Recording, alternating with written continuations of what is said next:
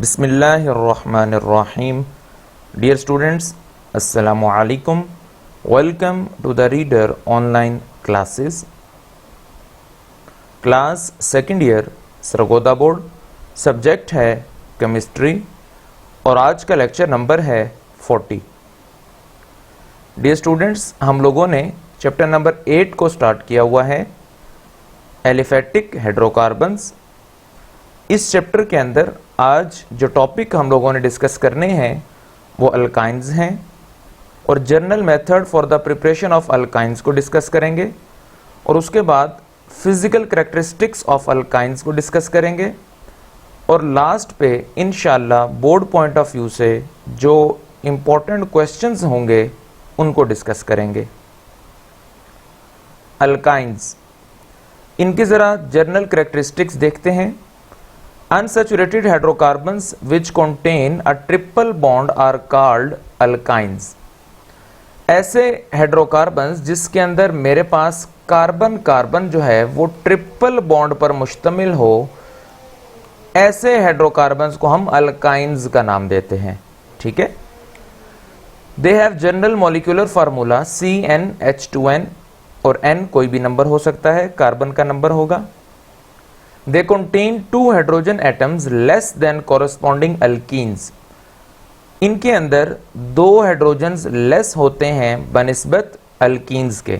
क्या मतलब कि अगर हम प्रोपीन इथीन की अगर बात करें C2H6 ये इथीन होगा, तो इथाइन के अंदर हमारे पास C2H4 होगा, यानी कि अल्काइंस के अंदर मेरे पास 2 हाइड्रोजन एटम्स लेस होते हैं।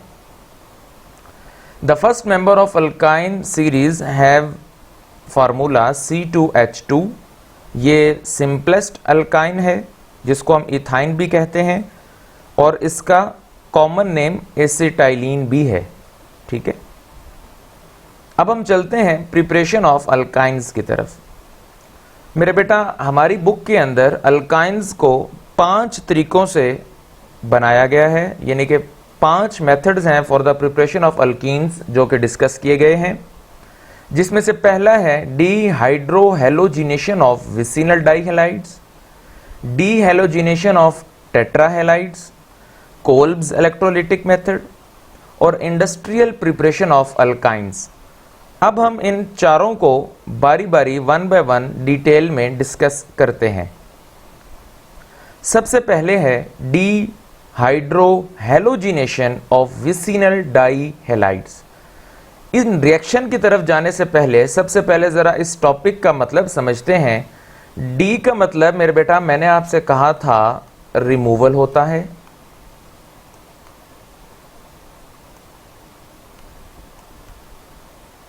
और किस चीज का रिमूवल होगा आगे देखें। हाइड्रो मतलब हाइड्रोजन का होगा। आगे क्या लगा हुआ है, हेलो मतलब हेलोजन का होगा। हम पिछले भी लेक्चर्स में डिस्कस कर चुके हैं कि हेलो जो है वो हेलोजन को रिप्रेजेंट करता है। अब इसका मतलब है हमने हाइड्रोजन और हेलोजन को रिमूव करवाना है किसके अंदर से, विसिनल डाइहैलाइड के अंदर से। विसिनल, फिर टर्म रिपीट हो रही है, विसिनल किसे कहते हैं, जब हमारे पास एडजेसेंट कार्बन के ऊपर जो है वो फंक्शनल ग्रुप लगा होता है। ठीक है, जिस तरह मैं ये लगा रहा हूं, बाकी साथ जो है वो हाइड्रोजन्स होंगे। ठीक है, विसिनल किसे कहते हैं, जिसमें हमारे पास साथ वाली कार्बन पर 2 फंक्शनल ग्रुप प्रेजेंट हो। कितने हैलाइड्स होंगे, डाई मतलब 2 हैलोजन्स होंगे। ठीक है, हैलाइड्स मतलब हैलोजन। इसका क्या मतलब होगा कि हम लोगों ने 2 हैलोजन्स को भी रिमूव करना है और 2 हाइड्रोजन्स को भी रिमूव करना है। ठीक है, D removal, hydro hydrogen, hello halogen किसके अंदर से रिमूव करना है, विसिनल डाइहैलाइड्स जिसके अंदर 2 हैलोजन्स लगे होंगे। Vicinal dihalides on treatment with a strong base eliminates 2 molecules of hydrogen halides from adjacent carbons to give an alkyne। फिर वही बात हुई कि विसिनल होगा, चूंकि विसिनल है इस वजह से हमारे पास जो साथ साथ वाली कार्बन्स होगी उसके अंदर से रिमूव होगा। अब हम जरा रिएक्शन को देखते हैं। ये एक जनरल रिएक्शन है मेरे पास। इसमें क्या होगा कि ये दोनों H रिमूव हो जाएंगे और ये दोनों X रिमूव हो जाएंगे, ठीक है। और ये वाला बॉन्ड भी इधर शिफ्ट हो जाएगा और इस कार्बन का भी इलेक्ट्रॉन इधर शिफ्ट हो जाएगा और इनके भी ये बॉन्ड जो है किधर शिफ्ट हो जाएंगे, इधर। और इन दोनों के दरमियान एक यहां पे बॉन्ड बनेगा और एक यहां पे बॉन्ड बनेगा और ये कितने बॉन्ड बन जाएंगे, ये ट्रिपल बॉन्ड बन जाएंगे और हमारे पास अल्काइन प्रिपेयर हो जाएगा। ये एक जनरल रिएक्शन था। स्ट्रॉन्ग बेस की प्रेजेंस में ये रिएक्शन होता है। हमारी बुक पे KOH लिया हुआ है, हम उसकी जगह कोई और भी ले सकते हैं। अब हम रिएक्शंस को डिस्कस करते हैं। ये था जनरल रिएक्शन। अब हम जरा रिएक्शन को डिस्कस करते हैं जो हमारी बुक पे डिस्कस हुए हुए हैं। ये देखिए बेटा, हमारे पास KOH है, अल्कोहल है और 80 डिग्री सेंटीग्रेड के ऊपर ये रिएक्शन होगा। अल्कोहल की प्रेजेंस में हमारे पास यहां से एक हाइड्रोजन रिमूव हो जाएगा और एक ब्रोमीन रिमूव हो जाएगा। इधर देखें, यहां से एक ब्रोमीन रिमूव होगा और यहां से एक हाइड्रोजन रिमूव होगा।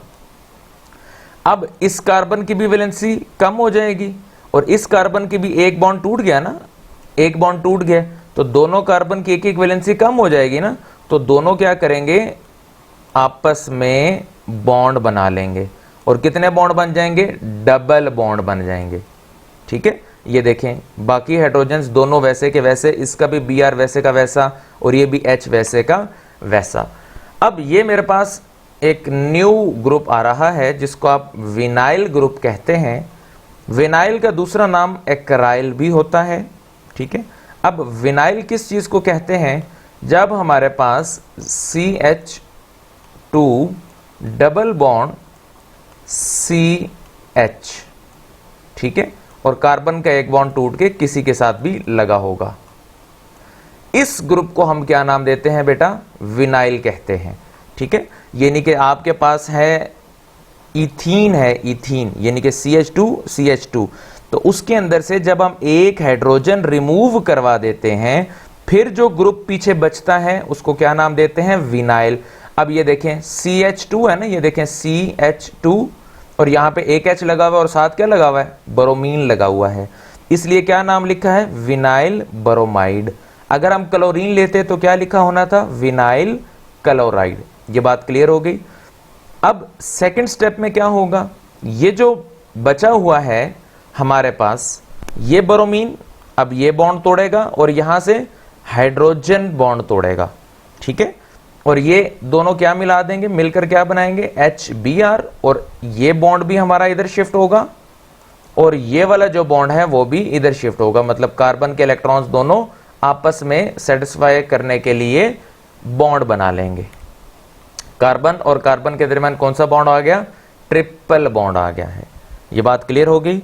अच्छा, एक चीज याद रखिएगा, हम लोग डायरेक्ट सिंगल बॉन्ड से ट्रिपल में नहीं जा सकते, ठीक है। डायरेक्ट सिंगल से ट्रिपल में नहीं जा सकते। सबसे पहले हमें क्या करना है, सिंगल से डबल में जाना है और डबल के बाद हम ट्रिपल में जाएंगे, ठीक है। ये बात क्लियर हुई कि डायरेक्ट सिंगल से ट्रिपल में नहीं जाएंगे, सिंगल से पहले किस में जाएंगे, डबल में, और डबल बॉन्ड से फिर किस में जाएंगे, ट्रिपल बॉन्ड में जाएंगे, जिस तरह इसमें हुआ है। देखें यहां पे हमारे पास ये डबल बॉन्ड में कन्वर्ट हुआ है और अगले स्टेप में यही डबल बॉन्ड किस में कन्वर्ट हुआ है, ट्रिपल बॉन्ड में कन्वर्ट हुआ है। अब देखिए हमने रिमूव क्या किया है, हाइड्रोजन और ब्रोमीन, मतलब हाइड्रोजन और हैलोजन, और हम पढ़ भी क्या रहे हैं, डीहाइड्रोहैलोजिनेशन, मतलब रिमूवल ऑफ हाइड्रोजन और हैलोजन। ये बात क्लियर होगी। अच्छा, एक चीज याद रखिएगा, बाज़ औक़ात कुछ बुक्स के ऊपर आप लोगों को KOH यहां पर HBr की जगह KBr प्लस H2O मिलता है। क्या मिलता है, KBr प्लस H2O। अब इससे आपने परेशान नहीं होना कि सर ये KBr और H2O कैसे आ गया। मेरे बेटा KBr क्या है, एक बेस है ना, और इसमें से जो चीज रिलीज हो रही है, इस मॉलिक्यूल में से जो चीज रिलीज हो रही है वो क्या हो रही है, HBr यानी कि हमारे पास ये ब्रोमीन का एसिड होता है। हैलोजन एसिड्स है ना, पढ़े हुए हैं आप लोगों ने 4th चैप्टर में, फर्स्ट ईयर में, जिसमें आपने स्ट्रेंथ ऑफ हैलोजन एसिड्स को डिस्कस किया था। तो ये हमारे पास एक एसिड होता है, ये एसिड और बेस आपस में क्या रिएक्शन देंगे, न्यूट्रलाइजेशन रिएक्शन, और क्या होगा, एक साल्ट और एक वाटर बन जाएगा। ठीक है, अगर आप HBr की जगह KBr भी लिख दें और H2O भी लिख दें, वो भी 100% आपका ठीक होगा। अब हम चलते हैं अगले रिएक्शन की तरफ, डीहेलोजिनेशन। डी का मतलब फिर क्या होता है, रिमूवल होता है। हेलोजन मतलब X का रिमूवल होगा, किसमें से, टेट्रा मतलब 4, हैलाइड्स मतलब हैलोजेंस। यानी कि हम लोगों के पास कोई ऐसा मॉलिक्यूल होगा जिसके अंदर 4 हैलोजन लगे होंगे और हमने उन चारों हैलोजेंस को रिमूव करवाना है, मिसाल के तौर पे। और ये रिएक्शन हमारे पास जिंक और मैग्नीशियम की प्रेजेंस में ये रिएक्शन होते हैं। ये रिएक्शन है आपके पास, यहां से मेरे बेटा क्या होगा, सबसे पहले ये Br उड़ जाएगा। ठीक है, हमारे पास ये पहले नीचे वाला, ठीक है, ऊपर वाला भी कर लें या नीचे वाला कर लें, कोई फर्क नहीं पड़ता। अब ये दोनों जब यहां से टूटेंगे और किसके साथ जाके मिलेंगे, Zn, और Zn की वैलेंसी 2 होती है, तो ये क्या बन जाएगा, ZnBr2, और ये दोनों कार्बन के एक एक बॉन्ड टूटे हैं, तो दोनों कार्बन के दरमियान क्या बन जाएंगे, डबल बॉन्ड बन जाएंगे। ये बात क्लियर हो गई। अब वही बात जिस तरह मैंने आपसे कहा था, सिंगल से डायरेक्ट ट्रिपल में नहीं जाएंगे, पहले किस में जाएंगे, डबल में जाएंगे। ये बात क्लियर हो गई। अब ये देखें साथ ZnBr2 बन गया है। नेक्स्ट स्टेप में क्या होगा, ये जो 2 ब्रोमीन के एटम्स हैं ये भी यहां से बॉन्ड तोड़ देंगे और ये बॉन्ड भी किधर शिफ्ट होंगे, इधर डबल बॉन्ड के साथ, और ये दोनों ब्रोमीन के एटम्स किसके साथ जाके मिलेंगे, ये जाके मिलेंगे जिंक के साथ, और क्या बनाएंगे, ZnBr2 बनाएंगे, और हमारे पास अल्काइन और इथाइन या एसिटाइलिन जो है वो प्रिपेयर हो जाएगा।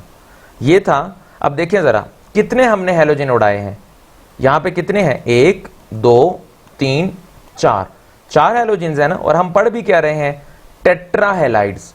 अब इस टेट्राहेलाइड्स में से करना क्या है, डीहेलोजिनेशन। इसका मतलब है आपने हैलोजेंस को रिमूव करवा देना है, जितने भी हैलोजेंस हैं उनको रिमूव करवा देना है। और कितने हैलोजेंस हैं, 1 2 3 4, तो हमने चारों हैलोजेंस को रिमूव करवाया और दोनों कार्बन के दरमियान क्या बन गया है, ट्रिपल बॉन्ड बन गया है। टॉपिक से ये रिएक्शन समझ आ गया। अब हम चलते हैं नेक्स्ट रिएक्शन की तरफ, जो कि है कोल्ब इलेक्ट्रोलिसिस। इलेक्ट्रोलिसिस क्या होता है, break down in the presence of electricity salt. Salt किसे कहते हैं, अनसैचुरेटेड किसे कहते हैं, डाई कार्बोक्सिलिक एसिड। ये चीज आपने जरा समझनी है।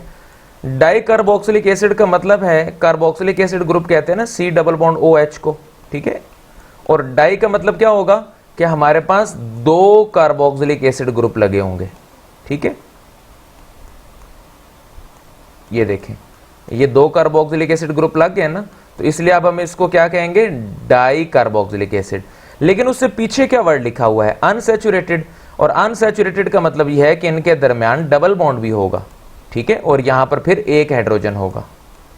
ये बात क्लियर होगी, यानी कि हम जो है di carboxylic acid, unsaturated di carboxylic acid की क्या करवाएंगे, इलेक्ट्रोलिसिस करवाएंगे। अब एक और इंपॉर्टेंट बात, यहां पर मेरे बेटा क्या लिखा हुआ है, यहां पर लिखा हुआ है साल्ट। इसका मतलब है हम हाइड्रोजन को यहां से रिप्लेस करवाएंगे। आपको मैंने बताया था ना, साल्ट कब बनता है, जब भी किसी एसिड के H को रिप्लेस करवा दिया जाए किसी भी मेटल के साथ। ठीक है, यहां पे हम सोडियम भी ले सकते हैं या पोटेशियम भी ले सकते हैं। ठीक है, दोनों की वैलेंसी 1 होती है, हाइड्रोजन की भी वैलेंसी 1 होती है, इसलिए हम फर्स्ट ग्रुप वाले मेटल्स में से सोडियम ले सकते हैं या पोटेशियम ले सकते हैं। इन दोनों को हम हाइड्रोजन की जगह रिप्लेस करवा देंगे और वो बन जाएगा साल्ट। सर हमने साल्ट क्यों लिया, अनसैचुरेटेड डी कार्बोक्सिलिक एसिड जो है, यानी कि डाई कार्बोक्सिलिक एसिड अनसैचुरेटेड जो है, उसी की क्यों नहीं इलेक्ट्रोलिसिस करवाई। मेरे बेटा कार्बोक्सिलिक एसिड जो ग्रुप होता है ये वीक एसिड होता है, इसकी आयोनाइजेशन कम होती है। और जो साल्ट होता है, वीक एसिड का साल्ट जो होता है वो स्ट्रॉन्ग कॉन्जुगेट बेस होती है। जब वो स्ट्रॉन्ग हो जाएगा तो साल्ट होगा तो उसकी आयोनाइजेशन क्या होगी, ज्यादा होगी। इस वजह से हमने क्या लिया है, साल्ट लिया है। ठीक है, अब हम इस रिएक्शन की तरफ चलते हैं।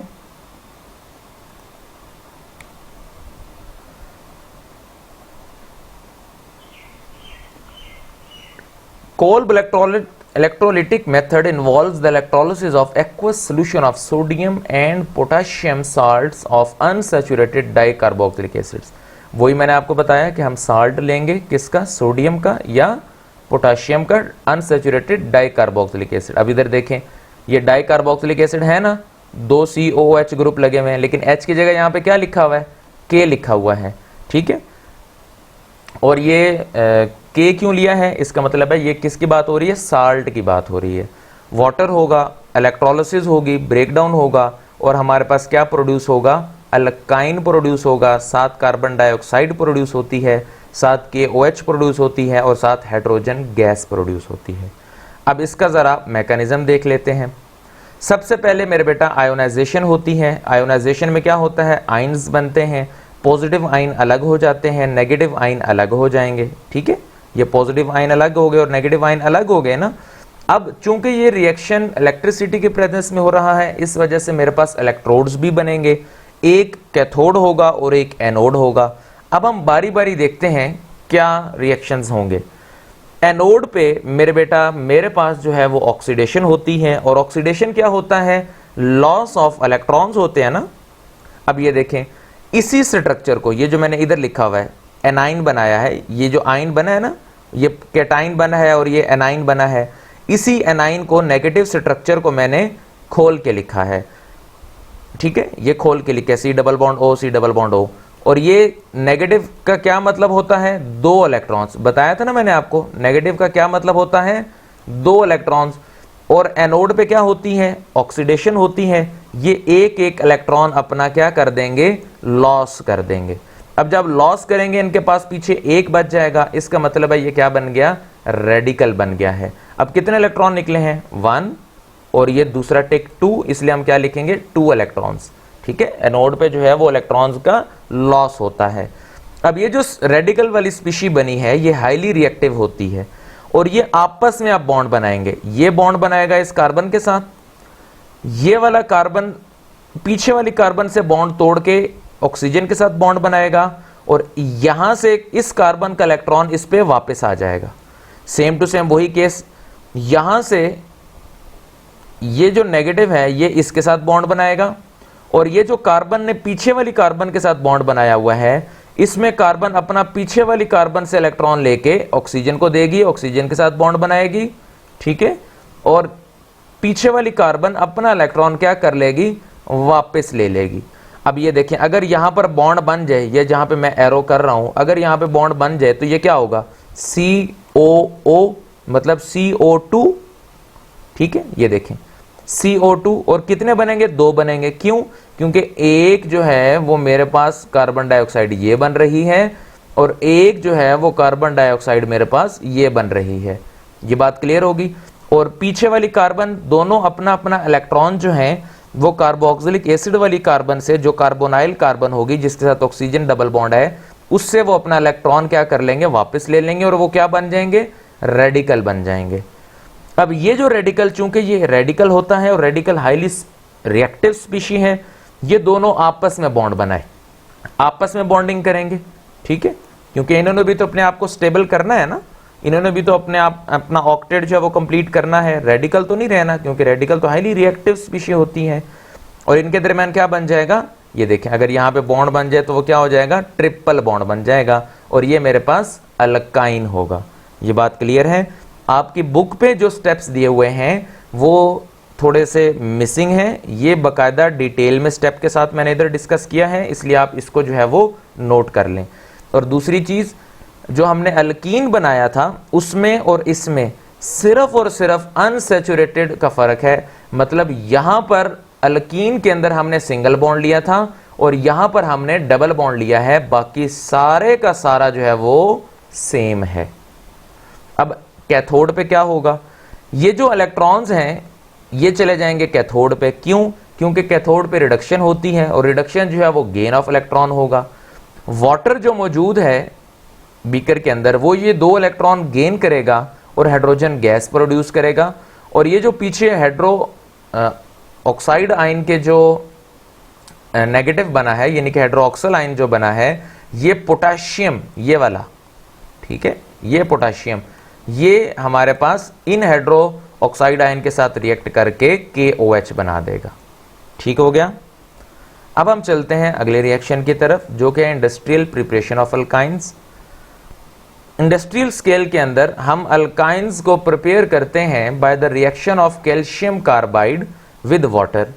और कैल्शियम कार्बाइड हम कैसे बनाते हैं? हम हीट करते हैं लाइम को, मतलब कैल्शियम ऑक्साइड को, किसके साथ? कोक के साथ। कोक क्या होती है?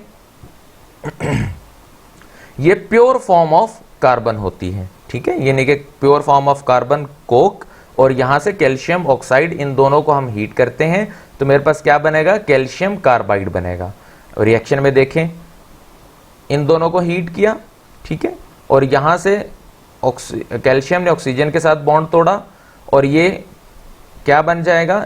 इधर आकर CaC बन जाएगा और इधर जो है वो CO बन जाएगा। इधर 3 नहीं आएगा, इधर बल्कि 2 आएगा, ठीक है, बैलेंस के लिए 2 आएगा कि एक जो कार्बन है वो कैल्शियम के पास चलेगी और एक कार्बन ऑक्सीजन के साथ मिलकर कार्बन मोनोऑक्साइड बना देगी, ठीक है। और ये रिएक्शन एट हाई टेम्परेचर पे होता है और एक फर्नस कहते हैं मेरे बेटा किसी भी भट्टी को, ठीक है, जिस तरह ये आग वाली भट्टियां होती हैं ना, इस तरह एक इलेक्ट्रिक फर्नस होगा और उसके अंदर ये रिएक्शन होगा। अब ये जो कैल्शियम कार्बाइड बना है, ठीक है, ये किस तरह से रिएक्ट करेगा? यहां से ये वाटर है, इसको बैलेंस करने के लिए यहां पे 2 मॉलिक्यूल्स होंगे वाटर के, HOH, ठीक है। वाटर को मैं इस तरह लिख सकता हूं ना, 2 मॉलिक्यूल्स है ना वाटर के, तो मैंने जरा उनको बॉन्डिंग के अंदर खोल के लिख दिया है, ठीक है। अब होगा क्या? यहां से कैल्शियम का बॉन्ड टूटेगा, यहां से कैल्शियम का बॉन्ड टूटेगा और यहां से हाइड्रोजन्स के बॉन्ड टूट जाएंगे। अब कैल्शियम के पास हाइड्रोक्साइड भी जाएगा और ये हाइड्रोक्साइड भी किसके पास जाएगा? इस कैल्शियम के पास जाएगा। और ये दोनों हाइड्रोजन किधर जाएंगे? इन कार्बन्स के पास जाएंगे, ठीक है। 2 वाटर के मॉलिक्यूल्स है ना, उनको मैंने खोल के लिख दिया, यानी कि दोनों वाटर के मॉलिक्यूल्स अपना क्या? हाइड्रोजन लॉस करेंगे, हाइड्रोजन लॉस करेंगे और यहां से कैल्शियम का बॉन्ड टूटेगा और दोनों कार्बन्स के साथ हमारे पास ये देखें, इन दोनों कार्बन के साथ यहां से आ गया ना H, यानी कि ये इथाइन बन गया, अल्काइन बन गया। और यहां पे OH कितने? OH 2 हैं और कैल्शियम के पास गए, OH 2 हैं, हाइड्रोक्साइड 2 हैं, इसलिए हम क्या लिखेंगे? कैल्शियम हाइड्रोक्साइड, और यहां पे 2 लिखेंगे। क्यों लिखेंगे? क्योंकि ये 2 हैं, ठीक है। अब हम चलते हैं फिजिकल प्रॉपर्टीज की तरफ। फिजिकल प्रॉपर्टीज में मेरे बेटा इथाइन कार्बन नंबर 2 से लेकर कार्बन नंबर 4 तक कलरलेस होते हैं, गैस होते हैं। जैसे जैसे कार्बन का नंबर बढ़ता जाता है, इनके दरमियान जो लंडन फोर्सेस हैं वो बढ़ती जाती हैं और वो लिक्विड्स में कन्वर्ट हो जाते हैं और आखिरकार फिर वो सॉलिड में कन्वर्ट हो जाते हैं। क्यों? क्योंकि कार्बन नंबर ज़्यादा बढ़ जाता है। सॉल्युबिलिटी, चूंकि ये नॉन पोलर होते हैं, इस वजह से ये फ़ौरन से जो है वो डिज़ोल्व हो जाते हैं, किसके अंदर? ईथर के अंदर और बेंजीन के अंदर, जो कि नॉन पोलर सॉल्वेंट्स हैं। ऑर्डर, इनकी कोई खुशबू नहीं होती, कोई रंग नहीं होता, सिवाय एसिटाइलिन के। जो एसिटाइलिन है उसका गार्लिक लाइक ऑर्डर होता है, मतलब गार्लिक की तरह की उसकी जो है स्मेल होती है। फिजिकल कांस्टेंट्स, मतलब इनके मेल्टिंग और बॉइलिंग पॉइंट्स, तो डेफिनेटली एक बात याद रखिएगा मेरे बेटा, जैसे जैसे हम मॉलिक्यूलर मैस बढ़ाते जाते हैं, मतलब जैसे जैसे कार्बन का नंबर बढ़ता जाएगा मॉलिक्यूलर मैस बढ़ता जाएगा और उसके बढ़ने से इनके फिजिकल कांस्टेंट मतलब मेल्टिंग और बॉइलिंग पॉइंट्स भी बढ़ते जाएंगे। आज के लेक्चर से रिलेटेड ये 2 बड़े अहम क्वेश्चंस हैं कि आप अल्काइंस को किस तरह से बना सकते हैं कोल्ड इलेक्ट्रोलिसिस से। आप सेम उसी तरह लिखेंगे, पहले इसकी डेफिनेशन लिखेंगे, फिर उसके बाद इसका रिएक्शन और फिर मैकेनिज्म, और प्रिपेयर अल्काइंस फ्रॉम विसिनल डाईहैलाइड्स, ये विसिनल डाईहैलाइड्स वाला हम पीछे डिस्कस कर चुके हैं, वो भी आप सेम टू सेम उसी तरह रिएक्शंस लिखेंगे, जर्नल रिएक्शन भी लिखेंगे और नीचे रिएक्शन भी लिखेंगे। आज का लेक्चर यहीं तक था। इसमें मेरे बेटा आपको कोई क्वेश्चन हो, कोई क्यूरी हो तो आप SMS करके पूछ सकते हैं। गॉड ब्लेस यू बेटा। अल्लाह हाफिज़।